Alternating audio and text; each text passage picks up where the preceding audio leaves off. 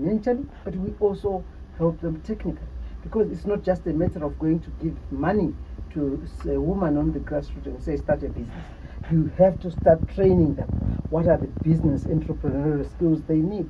And now we know with digital technology, it's also very important to teach them how to use their phones. Because now the four walls of a bank are almost going away. Your bank is on your phone. So we also teach our women how to use their phone. That will increase financial inclusion. So there's a lot of things which we do also to make sure these communities, because we start from a family unit. If we are going to arrive at the Vision 2030 as propounded by the President, we need to make sure that we start from the family unit, father and mother, who are working together, making sure that there's no gender-based violence, making sure they are giving equal rights to their boy child as well as their girl child. So we are also working with the families, with the communities, to make sure that girls do go to school. Nobody stops them. Especially this particular season, where we know that Zimbabwe has been affected by this El Nino-induced drought. This is a situation where we are likely to see more girl children dropping out of school more than boys. And we are likely to also see more girls going out, getting into forced marriages. And I'm happy to say, as a country, we have demonstrated against child marriages by coming up with the Marriages Act, which criminalizes anybody who marries a child who is below 18 years to more than, is it 5 years in jail or more 10? Yeah. So we are saying this is a very progressive development, and we are continuously moving around. What is important? Information is power. So as a ministry, we do have structures which from national level, we go to provincial level, we've got our provincial development officers, we go down to the 61 districts of this country, and we've got district development officers. Then we go down to 1,935 wards. We have ward coordinators. So we are grateful to the government of Zimbabwe through His Excellency Dr. E.D. Mnangagwa, our president. We have been given these officers. What we need now to do is to continue to empower them in terms of tools of trade, so that there will be no child who will be abused in any part of the country and then there is not help given.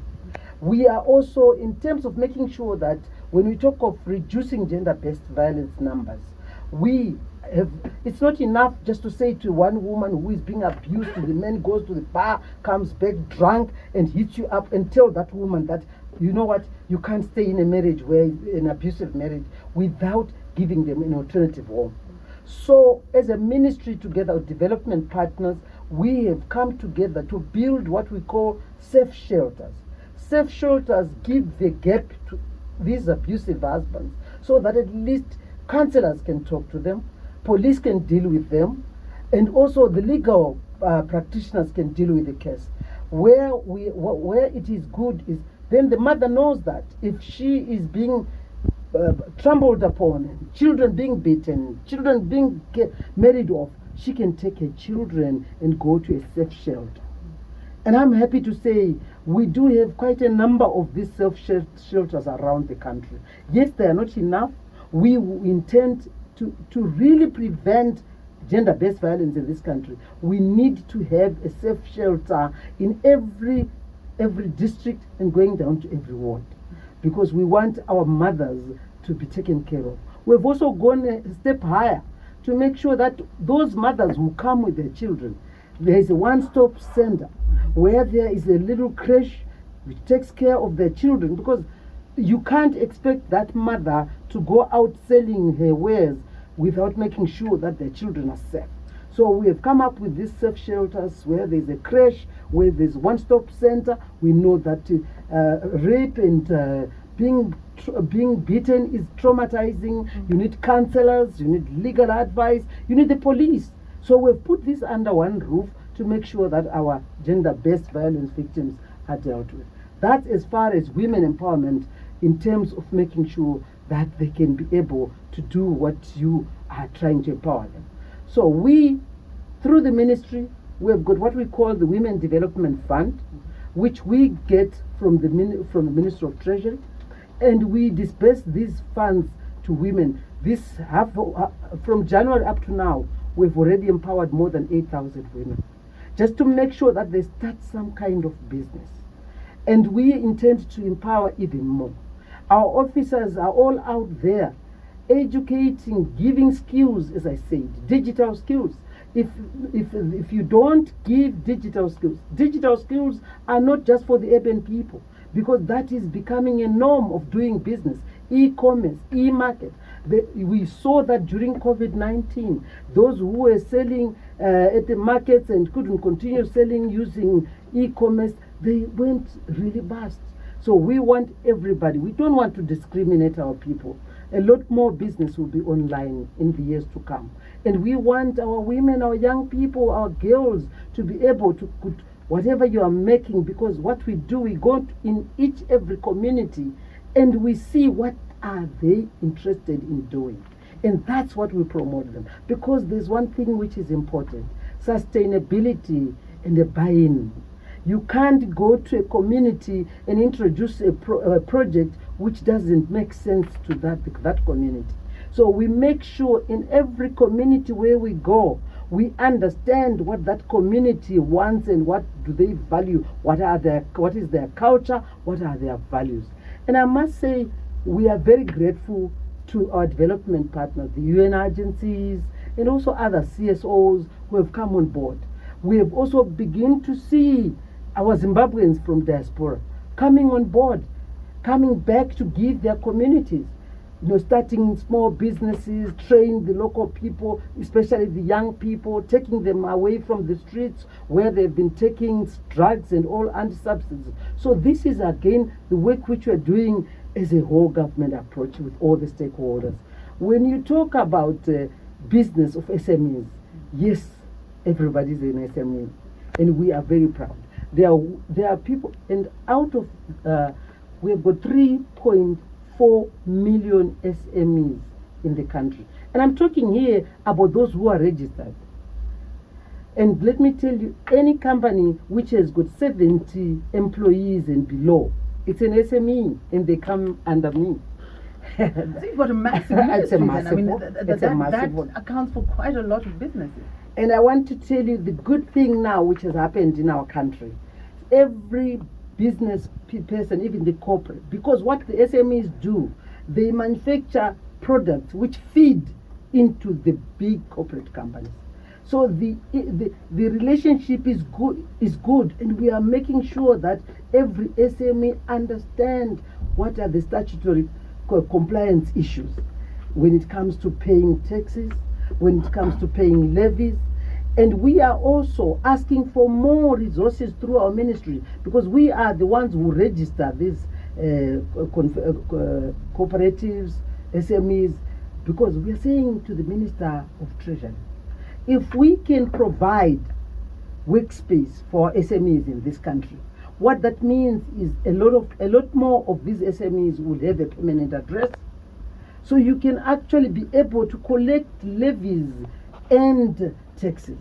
It's not just good for the Ministry of Finance, but it's very good for local authorities. And so we are working very closely with local authorities. For example, we have gone to Chiredzi, and the SMEs are very well structured in this country. So together with local authority and ourselves, we've come together.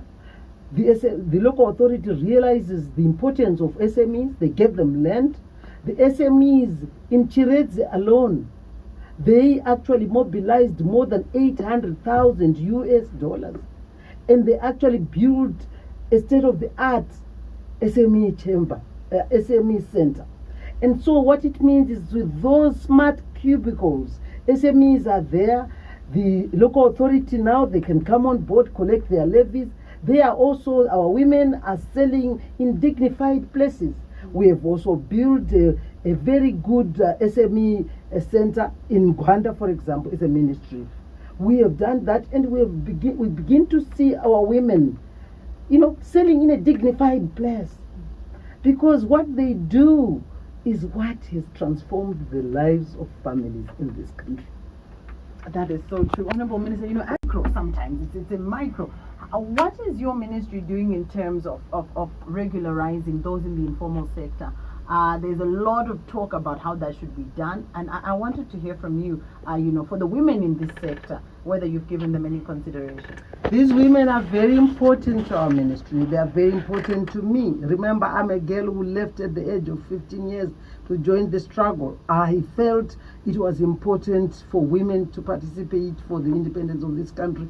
And what that means is when during peace times we need more women on the table. That's another topic I can talk about, to have more women in decision-making positions. Absolutely. But the women who are selling, let me tell you, I have always told people, I remember I had an interview in South Africa where they were looking down on Zimbabweans. And I told this journalist, I said, I want to invite you to Zimbabwe. I want you to see those women who go down south selling doilies. I want you to see their home. I want you to see their children who are doctors, who are scientists, who they have actually educated by selling doilies or selling tomatoes. So I have a lot of respect for women who actually are doing everything to put food on the table for their children. Women who will not have a pete, they are not there to ask or go into the streets to beg. They are actually saying, there's something I can do. If you can sell tomatoes, do that and be proud of what you're doing. That's where you start. And for us, we have startups. We give those women, if they come to our ministry, we have got district development officers, we've got ward development officers. They talk to them, they come together as a consortium of 4 or 5 people. We'll be able to give them finance because we want them to grow. The idea is to formalize. Obviously, we all want the small, medium to continue growing and become big corporates. That's what economy is all about. And I am happy to say the other time I visited Mbare, I've seen what they're doing. Wonderful products. We are promoting our SMEs to make sure that they make the good products, the standard, working with Zimbabwe standards, so that at least they can sell their product anyway. And that's true. Look at what they're doing at Glenview. The beautiful furniture, you can compare it with any furniture you would find everywhere. It's a pity if there's any. That is very important. That is very important. We are also making sure we are upscaling engagements with statutory institutions, ZIMRA, so that they explain, so that they understand, so that our SMEs understand the rules. We also want to take advantage of tariffs which have been removed for SMEs. We can see they can sell their wares to Zambia, Malawi, COMESA, free trade area. That is another good thing. We are also looking forward because the coming in of SADC, has also made it very easy. We've seen our president, he went to Botswana and allowed Zimbabweans and the same with with the Botswana people to come into the country without having a passport. Again, that is very good for our SMEs. They are now able to move freely between the countries. We know we are same people, but there's a lot which we can do which cannot be found in Botswana. There's a lot which Botswana can do which is not found in Zimbabwe. So to give them that opportunity is very, very good. Absolutely, and of course I also get excited about the Africa Free Continental Trade Area, adding on to some of those spaces that you're talking about. Honorable Minister, you touched briefly on some of the initiatives that are being put forward in terms of regularization and registration. What measures have you further taken to simplify certain processes that are seen as bureaucratic and to reduce in a company in 100? I have to go through the same measures as a $1 billion company. Is there any thought being given to that to sort of simplify the processes and have tiers for SMEs? I think everyone realizes that it is important to simplify the rules, the regulations. I think there's a lot more to which local authorities have to do to look at the Urban Councils Act, to see that these SMEs are not being harassed. To see the advantages of making sure that you provide land, for example. I gave you an example which happened in Chiredzi, because you can't then expect SMEs to start buying land and then expect them to build the center. But a local authority can provide land, then the SMEs can then mobilize resources to build proper workspaces. Because workspace is very critical. And I must say, we are also making sure that we talk to our SMEs so that they understand the COMESA simplified trade regime. And this is helping them to understand that they can actually import or export their goods from Malawi, from Zambia, without paying taxes.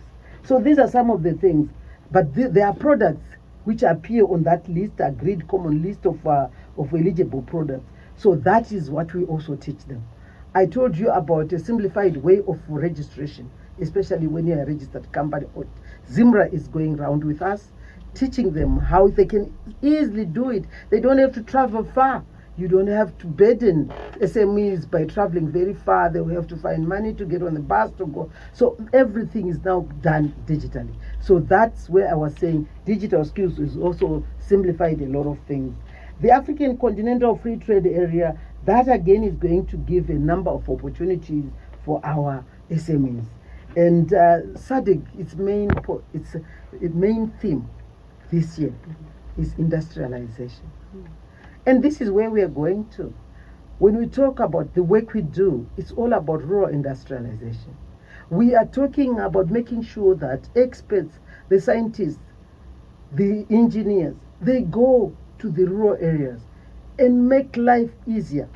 We know our mothers in the rural areas are the biggest producers of good food, the grain. And let me tell you, it's very difficult to grow, harvest, and even process it. And so we want to simplify by mechanizing. We are, as a ministry, making sure that we went into areas, for example, Hauna, in Manicaland, in Honde Valley, where they grow a lot of bananas. And because there were so many post-harvest losses, they couldn't sell their bananas, they would rot. And so we felt it was important to come up with a processing plant for bananas so that we value aid. So the people will not be shortchanged. There will be no banana which will be lost. And the same processing plant would like it to do the same for Zhenge. That's I was going to say, pineapples. Oh, right, Pineapples. right. And when you go down to receipt, the same thing. It's important to really come up with a lot more of these processing plants. You see, this is how we industrialize our rural areas. A country will only achieve its industrialization when you bring everybody on board. And we are saying, and this morning I attended a conference where the Chinese academia, they are doing research of how to, that's how China has developed. Scientists are going to their home areas and they are saying, what is that I can change? And as a woman and as a minister in charge of women affairs, what I'm mainly concerned about in this country is, especially now with the climate change, we cannot continue to see our mothers using the old traditional cooking methods of using firewood and cow dung, when we know that is very dangerous to the health, that is dangerous to the children. This is time for us to really work hard. We cannot be a proud nation of educated people who are not changing the lives of our rural people. And so we are also calling for all those educated scientists, engineers, go back to your rural home. See what is that you can do to transform the lives of the people, the community which brought you up. This is what will bring an industrialized Zimbabwe. It's when we can start from that grassroots all the way to the top. Absolutely. You also touched on partnerships, Honorable Minister. What partnerships have been established with private sector organizations to support SME development? Very good. I don't know whether you want me to market the companies who have come on board with the ministry, but maybe the most significant ones? First of all, I want to say, as a government, we do get resources from Treasury. Yes, it's not enough because the government obviously has got a lot of other responsibilities. We have been affected by COVID-19. We just came out of COVID-19 and now there's this El Nino induced drought. But we have enjoyed working with our partners, development partners, UN agencies, CSOs, who have come on board. We have prioritized the issues of women empowerment. We have also understood the issues of providing decent workspace, mostly for our SMEs. And by the way, most of the SMEs, more than 56% of SMEs in this country, they are women. And so they've come on board and we have really signed MOUs. A lot of banks, I don't know which bank in this country which has not come on board and have a collaboration with the Ministry of Women Affairs, Community and Small and Medium Enterprises. We have gone out, we also work very closely with Zimtrade because it is time now we need to help the next she exporter. We have got women who are using their talents, educated engineers. They are coming up with wonderful products from our heritage-based products. For example, you saw that the president opened the processing plant of baobab fruit in Manicaland. There has been a lot of SMEs who are doing that. And by the way, there's a niche market which together with Zimtrade we've found for those exporters. So they are beginning to export the powder, the yogurt, the fruit juice, and also the baobab powder itself. Yeah, I've talked about powder. Mm-hmm. So that is becoming very popular because it has got very good medicinal benefits. So we are working with a lot of banks, I must say, big banks. I just want to give you one. The one which I visited and I got really excited about is the 8 to 5 Innovation Hub, which has been established by Old Mutual right in the center of town. And where young, innovative, who have got innovative ideas can go, and there's a setup, you can do everything you can. There are computers and everything set up there.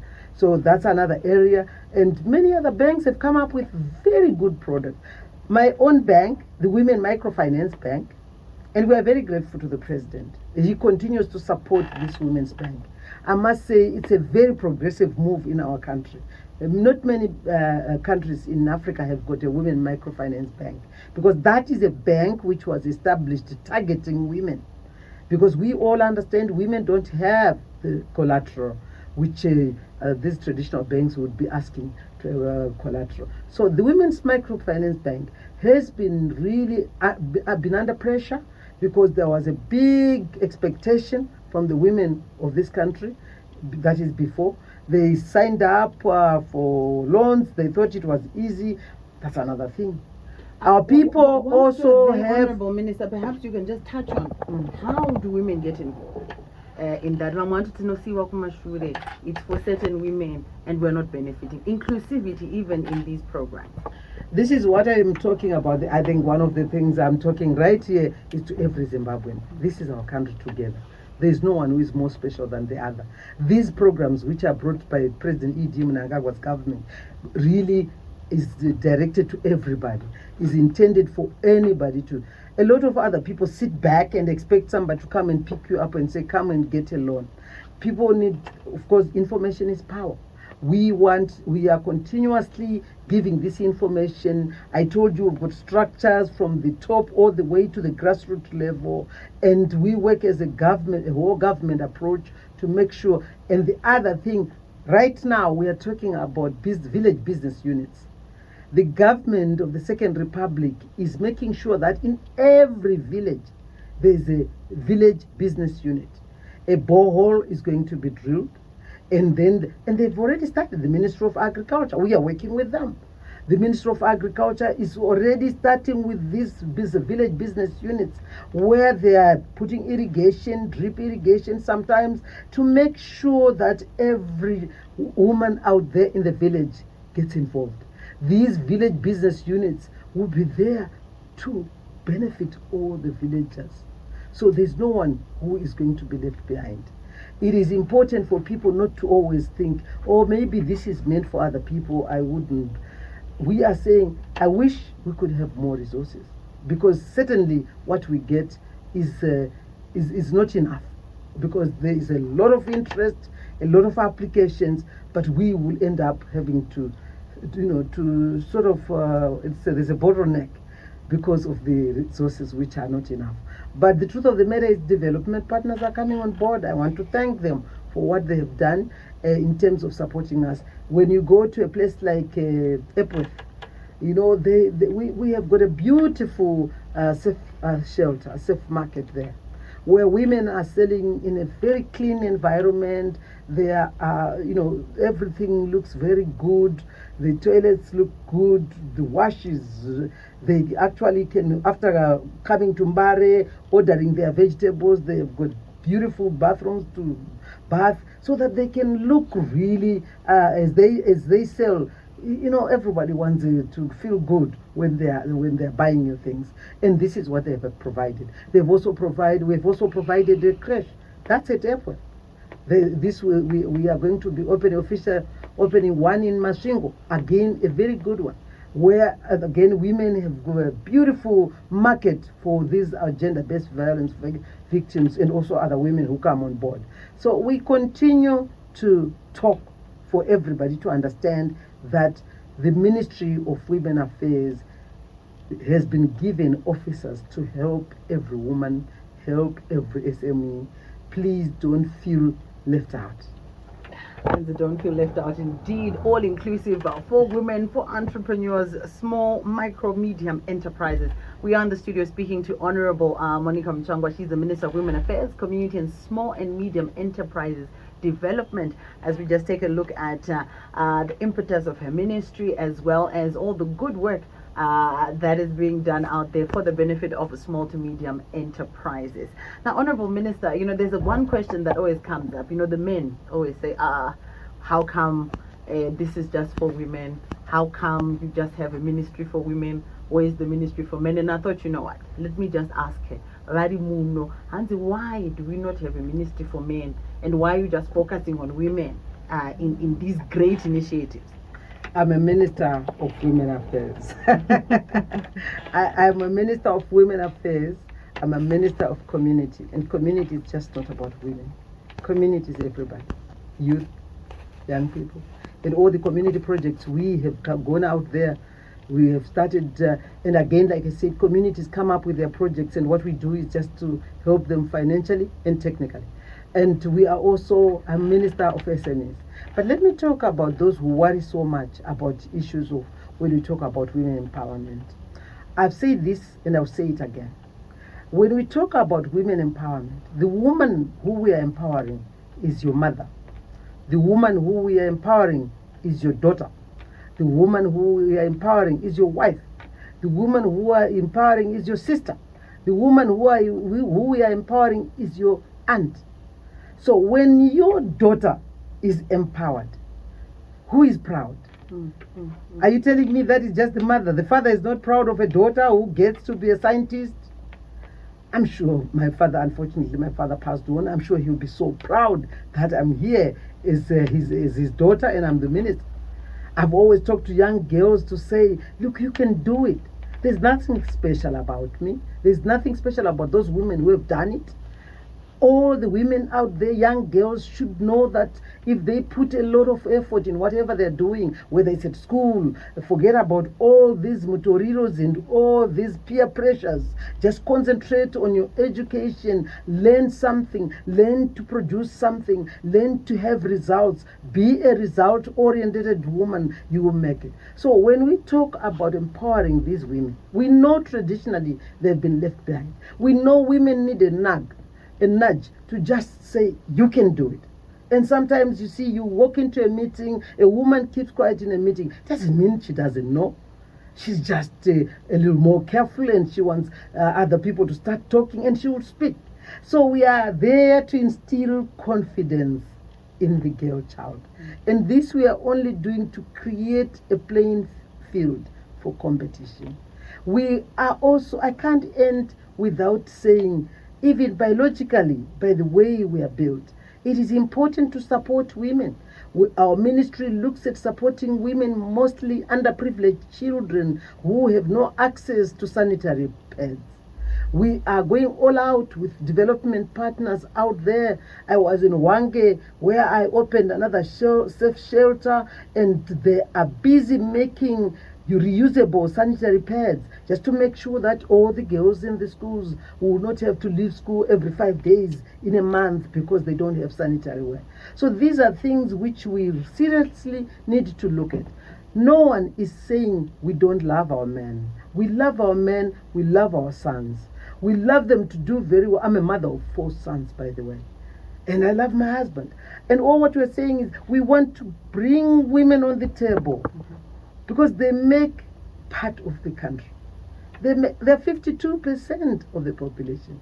We can't continue to feel that their place is in the kitchen. We are not saying women should stop getting into the kitchen and prepare food for their husbands, by the way. We are not saying mothers have it's an inborn instinct of being more careful. The fact that they go through 9 months of pregnancy, the fact that they bring up little babies, the fact this is a talent from God which was given to women, and I think we really need to just instill more confidence for them to go public, because then the whole country will benefit from that talent. Absolutely, absolutely. You almost had me screaming amen in here. But needle back on the page, Honorable Minister. The SADC 44th Summit is coming up with Zimbabwe hosting. What does this unique and special opportunity, what does this mean for SMEs? What does this mean for your ministry? Are there any programs in place for women and all of those other groups in there to benefit? First of all, before I even talk about the 44th SADC Summit, what SMEs are very proud of is the economic development which have come with the president in the Second Republic. A lot more bigger investments have come into the country. And what that means is then creating markets for the SMEs. Think about it. We never thought we could have a steel plant, one of the biggest almost in the world, is in Manize in Zimbabwe. And what that means is we now have steel locally. And the whole of CSO don't need now to import steel from outside the country. The steel now is available locally. And so the policies of our president has made the SMEs so confident. It has made also investors so confident to come and invest. And like I said, SMEs feed into these big corporate companies. There is a lot more of advantages. Then talking about the SADC 44th Summit, we are so proud as Zimbabweans to have our president taking over chairmanship of such an important regional bloc. We all know that this is the place where we are talking about industrialization. This is where we talk about health issues. This is the place where we are talking about even how do we increase energy in our countries. We share ideas, exchange of ideas, and with the industrialization week, it means there is more which is going to be talked about in terms of what are the challenges which affect most of our SMEs.